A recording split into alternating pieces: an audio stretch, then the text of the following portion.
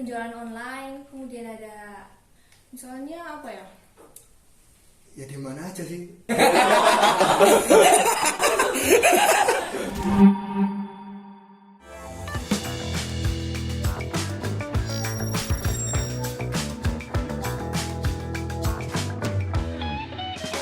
Silakan untuk memperkenalkan diri terlebih dahulu. Oke, nama saya Res Alexandro. Saya dari kelas 12 IPA 3. Nama saya Sharon dari kelas 12 IPA 4. Maria Dino dari kelas 2 Polisi 2. Halo, perkenalkan nama saya Cindy dari kelas 12 IPA 1. Seberapa sering sih menggunakan teknologi? Menggunakan teknologi hampir tiap hari. Tiap hari sih ya. Yang pasti setiap hari ya, karena seperti yang kita tahu di sekolah aja sekarang kita juga menggunakan teknologi. Di rumah, bahkan di toilet juga pun kita menggunakan teknologi. Nggak mungkin lah kalau nggak setiap hari. Udah pasti setiap hari lah ya. Around 19 hours and sisanya itu buat tidur. Dari skala 1 sampai 10 kira-kira nih, berapa pahamnya Anda tentang teknologi? Ya mungkin bisa disebut 8 ya. Ya 8 sampai 10 lah. Teknologi itu mudah dipahami. Asal kita, kalau kita perlu pasti kita mudah memahami teknologi itu sih. Mungkin 7 ya. Soalnya ada beberapa yang belum dipahami. Mungkin antara 6 atau 7 lah. Garis besar ya paham semua, cuma kalau misalnya kayak pengertiannya atau yang lebih detailnya itu mungkin masih kurang. Kalau menurut kamu sendiri, teknologi itu apa sih?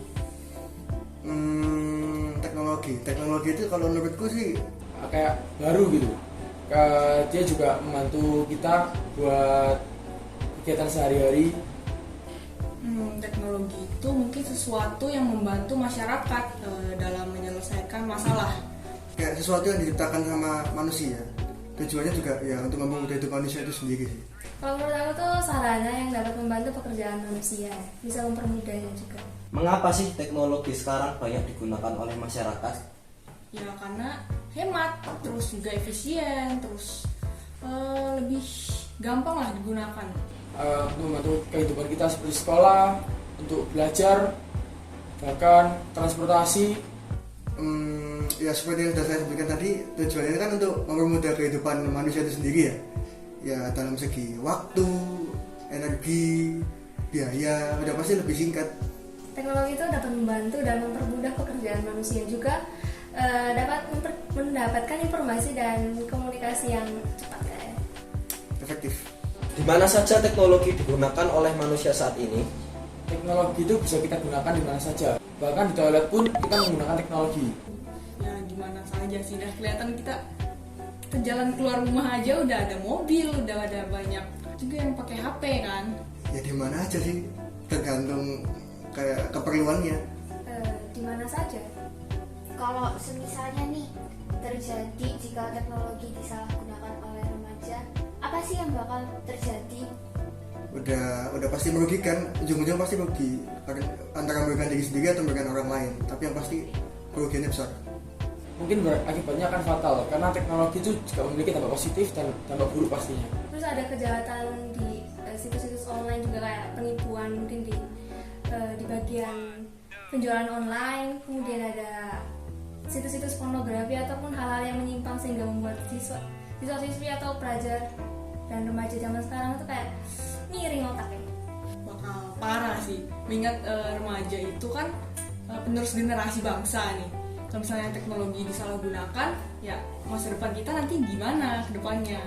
Oke, masih terkait tentang penyalahgunaan teknologi yang membuat remaja ini rusak saat menggunakan teknologi itu apa? Faktor lingkungan sih. Kalau misalnya lingkungannya ada influence buruk dari lingkungannya, kayak dari teman. Mungkin tuh kembali ke diri kita sendiri, apakah kita mau memilah mana yang baik, mana yang buruk. Jika kita tidak bisa mengontrol, kita bisa terbawa arus dan semakin terjerumus pada teknologi yang buruk. Salahnya itu ya tidak bisa memilah antara baik dan buruknya pengaruh dari luar. Itu kan udah pasti kalau ke diri kita juga. Kalau menurut aku tuh ketika remaja itu lupa diri dan juga lupa waktu. Kalau lupa diri itu pas kayak mereka tuh benar-benar mendalami apa yang mereka sedang lakukan dengan teknologi itu, sehingga mereka tuh cenderung mengunci diri atau mengurung diri dalam kamar ya misalnya, terus menyendiri, sehingga kehidupan sosial mereka tuh jauh dari diri mereka. Bagaimana caranya agar teknologi ini digunakan dengan cara yang positif? Balik lagi ke diri kita sendiri, kita harus pintar-pintar memilah, bijaksana, dalam menggunakan teknologi dan juga cari lingkungan yang baik untukmu.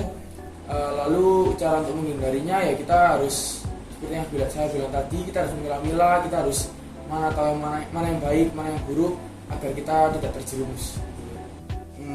Ya macam-macam. Kalau misalnya dari yang pasti dari diri kita sendiri sih, jangan jauh-jauh dari luar.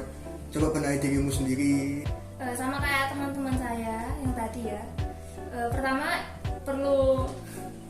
perlunya kesadaran diri. Ketika kita tahu kalau diri kita itu udah terjebak dalam teknologi itu sendiri, hal-hal negatif pun kan akan muncul ya kan. Nah kalau udah tahu tuh lebih baik itu kita menghindar ataupun keluar dari jurang tersebut. Oke. Sekarang bagaimana cara mengurangi penggunaan teknologi yang berdampak negatif? Ya, kita harus pintar-pintar memilah. Itu balik lagi ke diri kita sendiri. Cara menguranginya ya itu harus lebih pintar lah. Sekarang kan udah maju gitu loh. Jadi coba buat pikirannya terbuka. Pertama kita harus bijak dalam menggunakan teknologi. Ada hal positif dan negatifnya. Kita harus memilih hal yang positif atau yang bermanfaat, benar-benar bermanfaat bagi kita. Kalau yang negatif itu jauhkan saja karena memang tidak menguntungkan ya bagi diri kita. Kemudian ada pengawasan orang tua juga harus sadar bahwa anak-anaknya itu hidup di zaman yang modern. Mereka harus tahu kapan harus mengawasi anak-anak mereka, kapan harus memantau anak-anak mereka agar tidak jatuh ke dalam hal negatif dari teknologi tersebut. Mungkin untuk ukuran remaja bisa lebih diawasi oleh orang tua. Kita juga bisa konsultasi kepada guru BK atau siapapun jika kita merasa kita mulai terbawa arus kepada teknologi yang buruk. Jangan sampai ini berkelanjutan dan bisa merubah hidup kita menjadi hal yang buruk.